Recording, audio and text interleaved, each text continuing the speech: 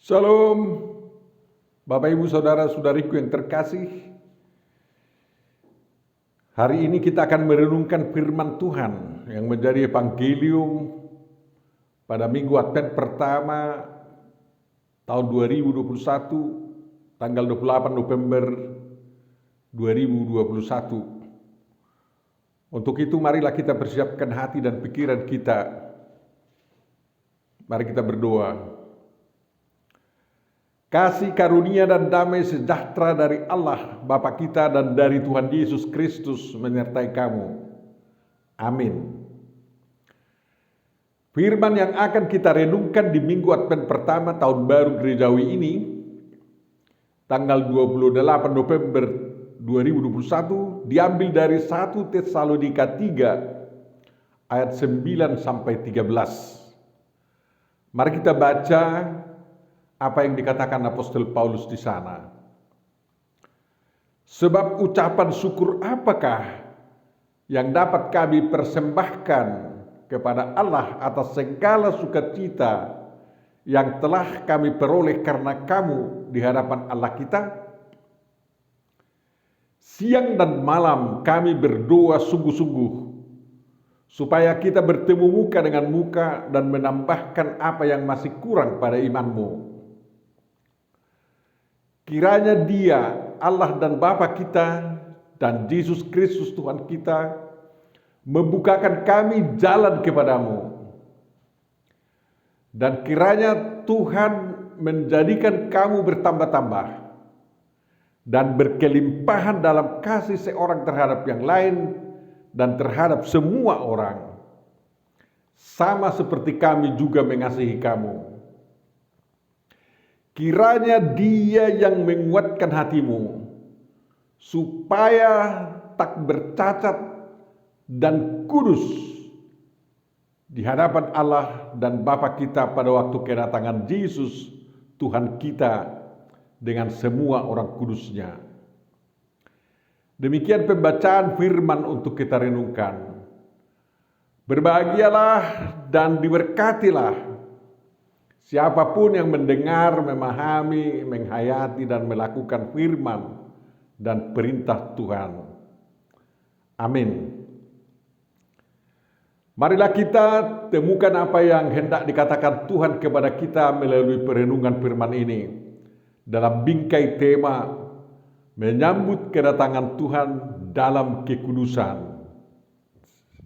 Yang pertama, Bapak Ibu Saudara, mengucap syukurlah atas keteguhan iman dan pertumbuhan jemaat. Dalam perjalanan kedua, Rasul Paulus melakukan pekabaran Injil setelah selesai sinode para rasul di Yerusalem tahun 49 Masehi, yakni tahun 50 Masehi. Paulus tiba di Tesalonika, ibu kota provinsi Makedonia, Kekaisaran Romawi. Dengan semangat sebagai apostel yang ditugaskan para rasul, terutama untuk pekabaran Injil di kalangan non-Yahudi, Paulus berhasil membuat beberapa keluarga non-Yahudi dan keluarga campuran Yahudi non-Yahudi menjadi pengikut Yesus Kristus. Beberapa minggu Paulus bersama jemaat yang mulai ada ini dan berdiri, sehingga dia sempat mengajari mereka pokok-pokok iman Kristen dan Injil keselamatan serta pengharapan Kristiani, terutama tentang kedatangan Yesus Kristus kedua kali. Sewaktu jemaat ini mulai berakar dan berkecambah, orang Yahudi yang ada di kota itu mengusir Paulus dari kota itu sehingga dia harus angkat kaki. Paulus diancam bunuh. Dia mendoakan jemaat itu agar bertahan dan terus berkembang, walaupun badai kebencian kaum Yahudi menimpa mereka. Paulus pergi memberitakan Injil ke kota-kota lain, hingga tiba di Korintus, di Athena, di Berea dan lain-lain. Paulus terus bergumul dalam doanya agar jemaat Tesalonika bertahan dan bertumbuh. Dari Athena, Paulus mengutus Timotius ke Tesalonika melihat jemaat tersebut untuk menguatkan mereka. Sekembalinya kepada Paulus, Timotius melapor bahwa jemaat Tesalonika hidup dan bertumbuh. Mendengar itu, Paulus sangat bersukacita dan bersyukur kepada Tuhan. Tetapi apa yang membuat jemaat Tesalonika berkembang? Itu yang perlu kita renungkan untuk kita zaman sekarang. Tentu saja pertama, iman kepada keselamatan dari Yesus Kristus menjadi dasar mereka bertumbuh. Dan yang kedua, semakin ditekan oleh dunia sekitar, jemaat Tesalonika semakin saling mengasihi satu sama lain. Dan mengasihi orang-orang yang membencinya juga. Yang ketiga, pengharapan akan kedatangan Kristus membawa orang percaya ke surga, mendorong anggota jemaat Tesalonika bertambah bersemangat, membuat semakin banyak anggota jemaat itu, membuat semakin banyak menjadi pengikut Yesus Kristus.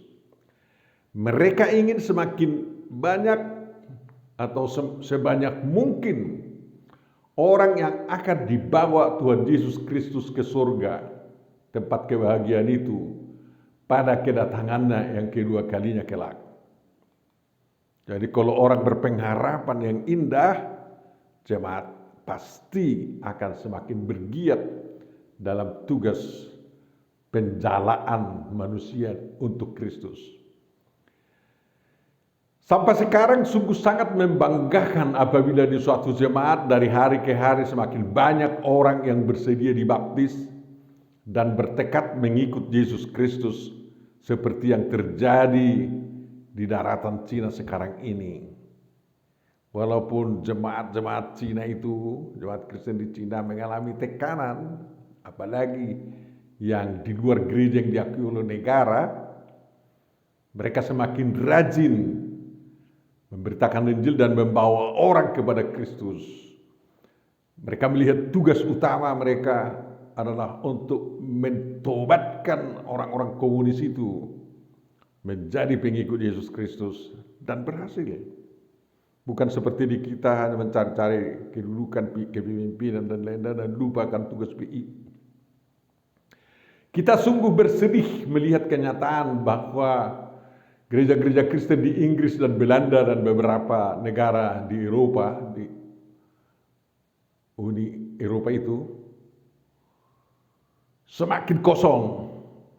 Bahkan kita dengar sangat menyedihkan banyak gereja yang dijual. Ini Ratu Elizabeth selaku kepala gereja harus bertanggung jawab mengenai hal itu. Mengapa harta benda Tuhan dijual sama orang-orang non-Kristen? Tak bisa seperti itu terjadi di Indonesia. Harapan kita bahwa jemaat-jemaat Kristen di Indonesia semakin bertumbuh, semakin mampu menghimpun, semakin banyak manusia menjadi pengikut Yesus Kristus yang bersemangat menyongsong kedatangan Yesus Kristus, Hakim Agung itu, untuk menghakimi orang yang hidup dan yang mati. Ini ada hubungannya juga dengan Minggu Advent, ya kan? Jadi kita bukan hanya menyongsong perayaan Natal kelahiran Yesus Kristus, tetapi sekaligus di Minggu Advent ini kita diingatkan untuk bersiap-siap menyongsong kedatangan Yesus kedua kali. Apostel Paulus terus membangun hubungan yang saling membangun dalam iman dan pengharapan, serta kasih dengan jemaat Tesalonika. Hubungan ini menjadi teladan yang harus ditiru oleh para pemimpin rohani dengan jemaat-jemaat Kristen zaman sekarang, zaman now ini. Jangan putus. Kalau seorang pendeta mutasi ke jemaat yang lain, ke resort yang lain, jangan putus hubungan pendeta itu. Jangan putus kasih jemaat itu dengan pendetanya yang sudah pindah, walaupun mereka juga mengasihi kasih pendeta yang baru misalnya kan.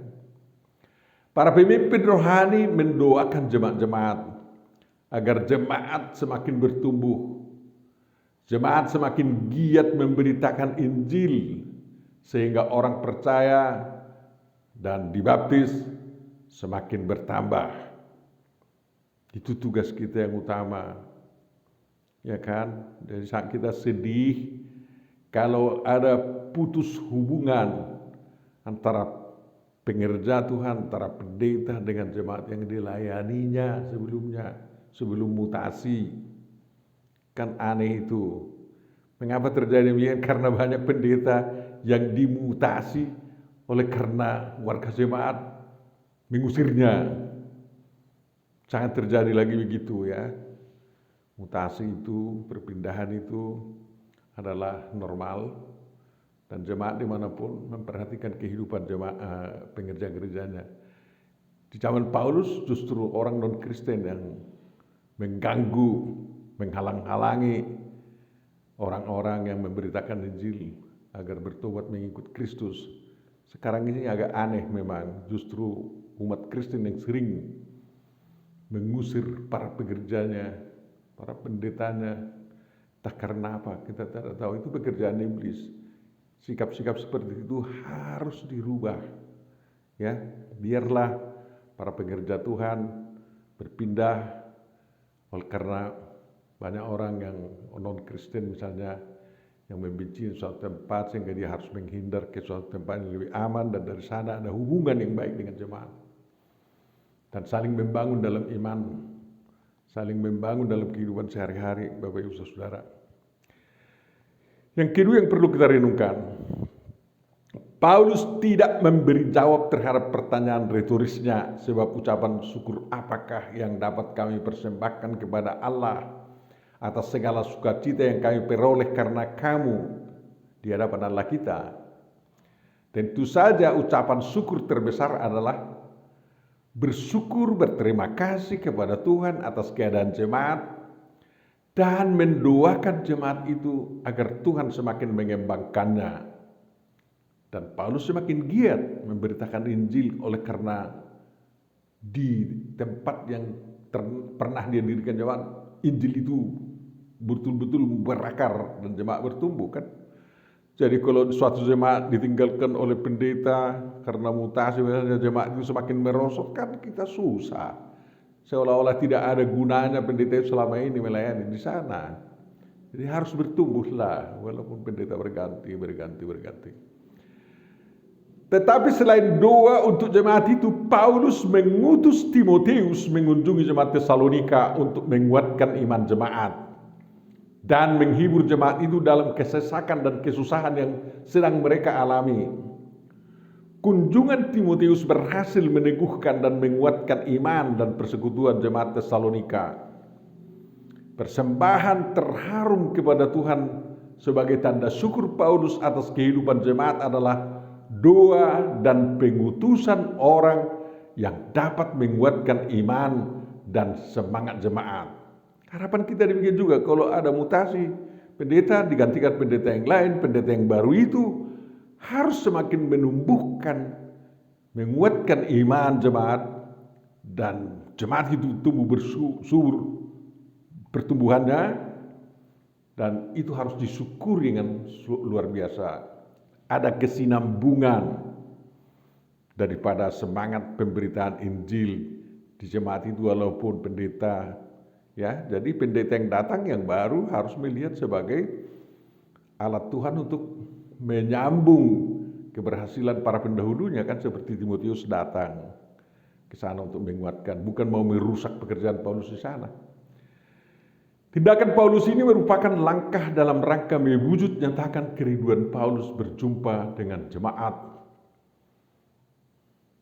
Tesalonika waktu itu.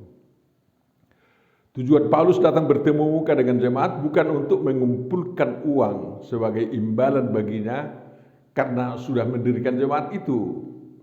Tetapi tujuan utamanya adalah ingin menambahkan apa yang masih kurang pada iman jemaat itu.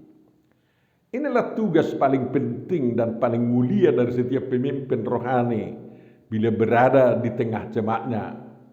yakni semakin melengkapi iman jemaat dalam segala lika-liku keimanan Kristiani dan mengajari jemaat menjalankan strategi menghadapi dunia yang sedang ganas-ganasnya mencobai dan menghimpit kehidupan jemaat itu. Jadi ada strategi untuk mengatasi jemaat agar bisa mampu menghadapi gelombang dunia ini kan. Tujuan berikutnya adalah menuntun jemaat untuk semakin memperkuat persekutuan jemaat yang diikat oleh kasih demi kemuliaan Tuhan Yesus Kristus. Agar penduduk dunia semakin tertarik dan mau bergabung bersama jemaat mengikut Yesus Kristus. Ini harus diperhatikan setiap pemimpin rohani, pemberita Injil atau pengkhotbah yang datang kepada suatu jemaat. Ajarannya harus semakin melengkapi jemaat dalam iman jemaat, membekali jemaat untuk semakin tahan menghadapi kesusahan yang sedang melanda, mendorong jemaat semakin memperkuat perbuatan-perbuatan saling mengasihi satu sama lain. Paulus menyerahkan sepenuhnya kepada Tuhan Allah dan Bapa kita dan Yesus Kristus Tuhan kita tentang pemenuhan keinginannya bisa berada kembali di tengah-tengah jemaat Tesalonika. Kiranya Tuhan yang membukakan kami jalan kepadamu, kata Paulus kepada jemaat Tesalonika. Sungguh sangat indah bagi pertumbuhan jemaat Kristen apabila setiap pengerja, pemimpin rohani, pemberita Injil atau pengkhotbah yang berada di jemaat Kristen itu menyadari bahwa hanya dengan restu Tuhan Yesus Kristus kepala huria itu dia bisa berada dan bekerja atau memberitakan Injil di jemaat itu. Dengan demikian dia datang atau berada di sana bukan untuk mencari keuntungan dan kemuliaan diri sendiri, melainkan demi pertambahan dan kemajuan jemaat dalam iman dan usaha penginjilan. Mari kita lihat kehidupan jemaat kita sekarang dan kita usahakan semangat seperti itu sekarang ini juga. Yang ketiga perlu kita renungkan Bapak Ibu, ada 3 lagi hal yang harus terjadi di dalam hidup jemaat Tuhan sebagai tanda kesiapan mereka menyambut kedatangan Yesus Kristus dengan semua orang kudusnya. Ini sangat berhubungan dengan tema kita ya, menyambut kedatangan Kristus dengan hidup kekudusan. Yang pertama dari 3 yang harus dimiliki jemaat itu adalah 1, bertambah-tambah anggota dan pengikut Kristus di sana. Jangan semakin berkurang. Yesus Kristus sangat bersedia apabila ada jemaatnya yang kerdil atau semakin kerdil. Sukacita Tuhan yang terbesar adalah apabila seluruh bangsa menjadi pengikutnya yang taat. Dia menginginkan agar segala bangsa dibaptis dalam nama Bapa, Anak dan Roh Kudus. Itu pesan agung Tuhan Yesus dari Matius 28 ayat 19 sampai 20 kan. Atau menjadi bangsanya, menjadi pengikutnya yang mensukacitakan hatinya. Penunaian tugas pekabaran Injil lah, maka semua apostol pergi ke segala penjuru dunia untuk memenangkan setiap orang bagi Kristus. Kalau ada orang yang tidak mau menjadi pengikut Yesus Kristus, jemaat Kristen harus bersedih. Tetapi harus menyerahkan orang-orang yang membangkang itu ke tangan Tuhan. Tetapi tugas utama orang Kristen tidak boleh dilupakan oleh jemaat. Kata firman Tuhan. Tetapi Injil harus diberitakan dahulu kepada semua bangsa. Demikian Markus 13 ayat 10. Dan Injil kerajaan ini akan diberitakan di seluruh dunia menjadi kesaksian bagi semua bangsa. Sesudah itu barulah tiba kesudahannya.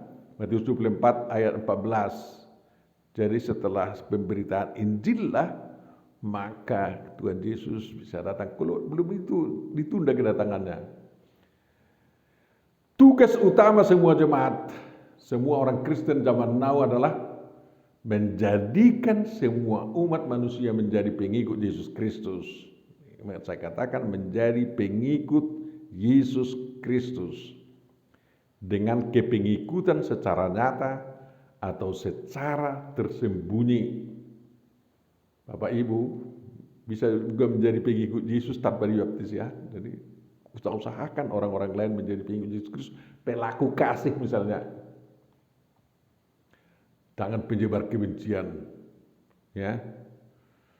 Bapak Ibu saudara-saudariku yang terkasih, minggu Advent pertama ini mengingatkan kita agar kita menggalakkan semangat menjadikan orang yang masih belum Kristen menjadi pengikut Yesus Kristus. Sebab Maranatha akan segera tiba. Yang kedua, harus dimiliki jemaat. Berkelimpahan dalam kasih seorang terhadap yang lain dan terhadap semua orang.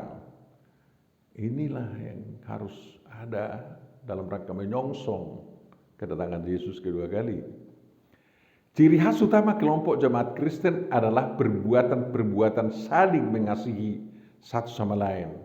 Kalau tidak ada lagi perbuatan ini terjadi di kalangan umat atau jemaat Kristen, berarti jemaat itu bukan lagi pengikut Yesus Kristus. Ada yang mengatakan bahwa berdirinya jemaat-jemaat kecil bertujuan agar perbuatan-perbuatan kasih satu sama lain itu semakin nyata dan terasakan oleh semua anggota jemaat. Demikian juga halnya katanya tujuan dibentuk dan digerakkannya sel-sel pelayanan di dalam jemaat. Tetapi perlu diwaspadai agar berdirinya jemaat-jemaat kecil dan adanya sel-sel dalam jemaat tidak membuat jemaat dan pelayanan kasihnya semakin kerdil dan tidak menjangkau orang-orang di luar jemaat. Jadi banyak Kristen sekarang ini mengkerdilkan diri sendiri, bukan membesarkannya. Ubah sikap itu Bapak Ibu Saudara. Gerakan-gerakan dan organisasi-organisasi oikumenis gereja-gereja bertujuan untuk meningkatkan perbuatan-perbuatan kasih di kalangan denominasi-denominasi gereja yang berbeda, dan kasih itu menjangkau lebih luas lagi hingga keluar korpus Kristianum, sehingga umat Kristen dapat saling menolong dan saling menopang dalam mengatasi kesusahan yang sedang dialami umat Kristen. Jadi masuk menjadi anggota organisasi oikumenis bukan hanya untuk mencari legitimasi bahwa denominasimu diakui kawanmu, tetapi agar bisa lebih luas. Kalau itu hanya pengesahan denominasimu ada itu, hati-hati. Bukan mempersatukan orang Kristen itu. Jadi harus arak-arakan dalam perbuatan kasih. Arak-arakan oikumenis penuh kasih itu harus dipahami sebagai kesiapan umat Kristen menyambut kedatangan Yesus Kristus untuk menjemput orang percaya dalam rangka masuk surga bersama-sama. Jangan sendiri-sendiri. Hal yang ketiga yang harus ada dalam jemaat kita. Jemaat terdapat tidak bercacat dan kudus di hadapan Allah dan Bapa kita. Tidak bercacat yang dimaksud bukan soal jasmani tetapi soal perilaku, karakter, dan iman serta kasih. Jangan ada yang menafsir kata-kata Paulus ini dengan menyamakan ungkapan tidak bercacat sama dengan hewan-hewan kurban yang tidak boleh bercacat jasmani yang dipersembahkan kepada Tuhan. Bukan. Di hadapan Kristus ada orang yang cacat tubuhnya atau punya cacat tubuh, tetapi tidak bercacat dalam hal perilaku, karakter, dan iman serta kasih. Jadi jangan ada antara pembedaan cacat tubuh dengan yang tidak bercacat di hadapan Kristus ya. Inilah yang terus kita pelihara dan saling menolong memeliharanya sehingga semakin sempurna hingga tibanya waktu kedatangan Yesus Kristus. Keadaan tidak bercacat itu dapat dipelihara dengan kepatuhan, melakukan semua perilaku yang sesuai kehendak Tuhan, mempertahankan karakter pengikut Yesus Kristus, tetap teguh di dalam iman yang soteris, dan menjalankan kasih kepada diri sendiri, kepada sesama, kepada keluarga, dan juga kepada Tuhan secara seimbang dan berkelanjutan hingga tiba kedatangan Yesus Kristus menjemput. Itulah kehidupan kita. Hidup kudus tidak hanya hidup suci. Kesucian tidak identik dengan kekudusan. Kesucian dapat diraih dengan ritus-ritus keagamaan dan ibadah. Kekudusan tidak ditentukan oleh ritus-ritus keagamaan, tetapi oleh penyerahan diri sepenuhnya kepada kehendak Tuhan. Ada kesucian yang tidak kudus, yakni kalau kesucian itu tidak ditujukan untuk kemuliaan Tuhan Yesus Kristus. Kekudusan adalah segala perbuatan, gerak hidup, dan benda-benda yang dikhususkan digunakan untuk kepentingan, pemuliaan, dan pemenuhan kehendak Tuhan Yehova Yesus Kristus, Roh Kudus Tuhan kita yang Maha Esa itu. Jadi kekudusan itu tidak menghitung-hitung bagaimana kau sepatumu bersih atau enggak, tidak bersepatu masuk rumah ibadah enggak, apakah kau cuci mulut kaki gereja masuk rumah ibadah atau tidak, itu tidak menentukan kekudusan. Segala sesuatunya itu kalau diserahkan kepada Tuhan, itulah menjadi kekudusan. Kalau Paulus mengharapkan agar jemaat Tesalonika tak bercacat dan berada dalam kekudusan di hadapan Allah Bapa kita pada waktu kedatangan Yesus Kristus, itu berarti diharapkan bahwa jemaat itu terus bergiat agar satu, tetap teguh berdiri dalam Tuhan. Dua, tetap dalam relasi saling merindukan antara apostel dan jemaat, pemimpin rohani dan anggotanya, dan jemaatnya, dan saling mendoakan. Yang ketiga, jemaat terus-menerus melengkapi diri dalam iman hingga sempurna. Dan para pemimpin rohani harus melakukan tugas memperlengkapi jemaat itu terus-menerus. Jangan sampai ada yang disesatkan oleh iblis. Yang keempat, dengan pertolongan Tuhan, jemaat terus-menerus mengusahakan anggotanya bertambah-tambah dari hari ke hari, dari bulan ke bulan, dan dari tahun ke tahun. Itulah kebahagiaan Kristus. Yang kelima, hidup jemaat terus-menerus berkelimpahan dalam kasih seorang terhadap yang lain dan terhadap semua orang. Ingat, terhadap semua orang, termasuk kepada yang membenci kita, ya, harus dikasihi. Yang keenam, tetap kuat dalam menghadapi segala kesusahan yang menghimpit kehidupan mereka. Jadi seberat apapun beban yang ditimpakan dunia ini kepada kita, kita tetap semangat dengan harapan bahwa kalau kita memikul beban itu, dunia ini akan semakin baik. Dunia akan berubah kepada kebaikan. Tuhan akan menolong jemaat Tesalonika dan jemaat manapun di zaman now ini dalam menunaikan tanggung jawab seperti itu. Amin. Mari kita berdoa.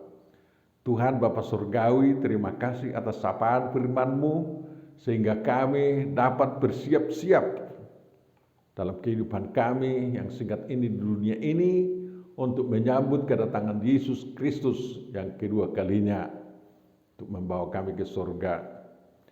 Terima kasih juga bahwa minggu Advent ini mengingatkan kami bahwa kami sebentar lagi akan merayakan Natal kedatangan Kristus Yesus selaku Tuhan yang mau datang sebagai manusia yang sempurna namun sederhana sekali. Kiranya Tuhan menghimpun semua kami dalam rangka menunjukkan saling mengasihi sesama Kristen dan juga kepada orang-orang non-Kristen. Mampukan jemaat-Mu seluruhnya dan para pemimpin jemaat-Mu itu Tuhan untuk melakukan tugas mulia tersebut. Sempurnakan doa kami ini dan kabulkanlah dalam Yesus Kristus Tuhan dan Juru Selamat kami. Amin.